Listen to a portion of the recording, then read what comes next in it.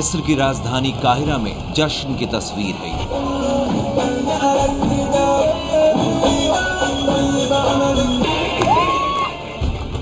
प्रदर्शनकारी अपने राष्ट्रपति को सत्ता से हटाने के बाद आतिशबाजी कर अपनी खुशियों का इजहार कर रहे हैं।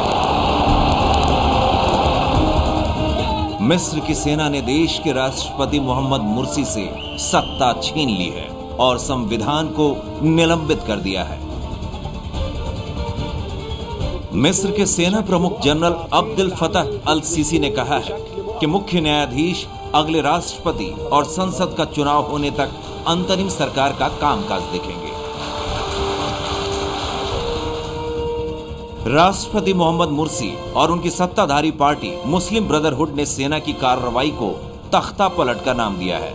मुर्सी ने सेना के सामने झुकने से मना कर दिया है।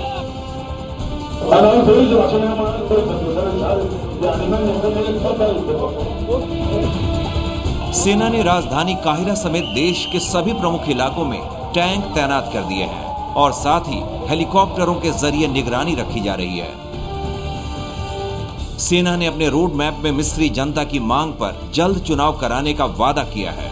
इसके अलावा संविधान में बदलाव करने की बात कही गई है। Not a military coup. It is a reflection of the street of Egypt who have toppled first Hosni Mubarak 2.5 years ago. It is the same people of Egypt who brought Morsi to power, and now the people of Egypt have awakened that this rule of the Muslim Brotherhood does not fit them. Therefore, they rejected the monolithic Islamic nation that they were trying to project. पिछले कई दिनों से लाखों की संख्या में मिस्र की जनता राष्ट्रपति मोहम्मद मुर्सी से सत्ता छोड़ने की मांग कर रही थी। सरकार के खिलाफ भारी विरोध को देखते हुए मिस्र की सेना ने हस्तक्षेप किया।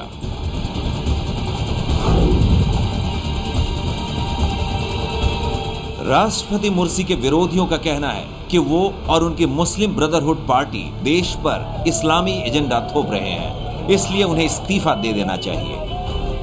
Parliamentary elections before the constitution was the first mistake, and the rest was built on it. Worst of all was the division within the community between Islamists and liberals. Ideology divisions are dangerous. राष्ट्रपति मुर्सी ने मंगलवार रात television पर अपने संबोधन में कहा कि वो पारदर्शी तरीके से निष्पक्ष चुनाव के जरिए देश के राष्ट्रपति चुने गए हैं और वो मरते दम तक अपने संवैधानिक पद की रक्षा करेंगे। राष्ट्रपति मुर्सी के भाषण के बाद सेना की ओर से सोशल मीडिया वेबसाइट फेसबुक पर एक संदेश फाइनल ओवर यानी अंतिम घंटे प्रकाशित किया गया। मंगलवार को जारी एक बयान में सेना ने संकल्प लिया कि हम अल्लाह की कसम खाते हैं कि हम किसी आतंकवादी, चरमपंथी या मूर्ख से मिस्र और उसके लोगों को बचाने के लिए अपना खून भी बहा देंगे। खास बात यह है कि विपक्षी आंदोलन तमारूद यानी विद्रोही ने सोमवार को अल्टीमेटम जारी किया था कि अगर राष्ट्रपति मुर्सी स्थानीय समय के मुताबिक मंगलवार की शाम 5 बजे तक सत्ता से अलग नहीं हुए तो उनके खिलाफ सविनय अवज्ञा आंदोलन चलाया जाएगा। मुर्सी की पार्टी मुस्लिम ब्रदरहुड के सदस्यों और समर्थकों का दावा है कि उनके दमन की पूरी कोशिशें की गई, उनके खिलाफ हिंसा का इस्तेमाल किया गया। मुर्सी का कहना था कि वो चुने हुए नेता हैं और सेना की मांग के आगे नहीं झुकेंगे। ये they are trying to buy the votes of the poor people using religion as a tool.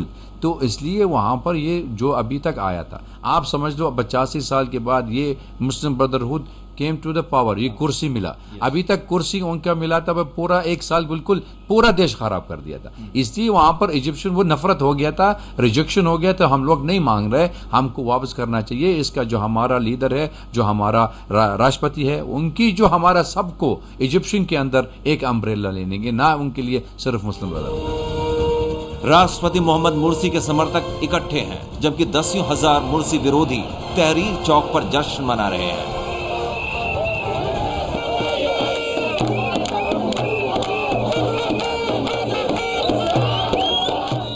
It is the street of Egypt, that they have shown the true colors of the Egyptian identity to the rest of the world, that there is no question that Egypt can be one color. And therefore, I think what Morsi have failed, and he understood very lately in his speech when he admitted the mistakes he have done, but I think the damage has been done, and the correction has to take some more, and it will take time to face the challenges that Egypt now will awake for the reality on the ground.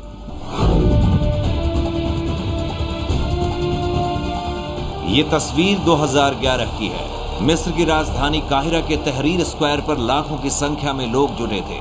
प्रदर्शनकारी उस समय के राष्ट्रपति Hosni Mubarak को सत्ता से हटाए जाने की मांग कर रहे थे।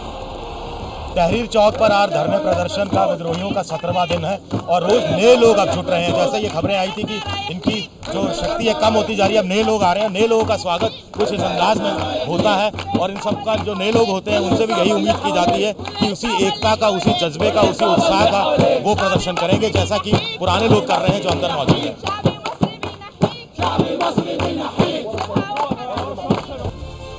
जनता की सबसे बड़ी मांग ये थी कि मिस्र में लोकतंत्र की बहाली हो। मिस्र में खास तौर से हजारों ऐसी साइट्स हैं जिसमें हुस्नी मुबारक सरकार के खिलाफ जनता का गुस्सा खुलकर सामने आया है। लोगों ने अपनी नफरत का खुलकर इजहार किया है। करीब 50 लाख लोग मिस्र में इंटरनेट का इस्तेमाल करते हैं और इन 50 लाख लोगों को इंटरनेट ने ही आपस में जोड़ दिया है। भारी विरोध के सामने हुस्नी मुबारक को झुकना पड़ा। मिस्र में एक नई सुबह हुई है। हम काहिरा में हैं और सूरज धीरे धीरे बाहर निकल रहा है। पिछले 30 साल में पहली बार सूरज जब बाहर निकल रहा है तो वो ऐसे शासक को देखेगा जो ऐसा तानाशाही शासक जो यहाँ था वो यहाँ से जा चुका है। इस सूरज को उसके दर्शन नहीं होंगे, बल्कि ये सूरज उस तहरीर चौक को देखेगा जिस तहरीर चौक ने 18 दिन में यहाँ के इतिहास को ही बदल कर रख दिया। लेकिन हुस्नी मुबारक को हटाने के बाद जोश से उफनता नील नदी का शहर 1 साल बाद ही निराशा और अफरा तफरी की खबरों से सहम गया।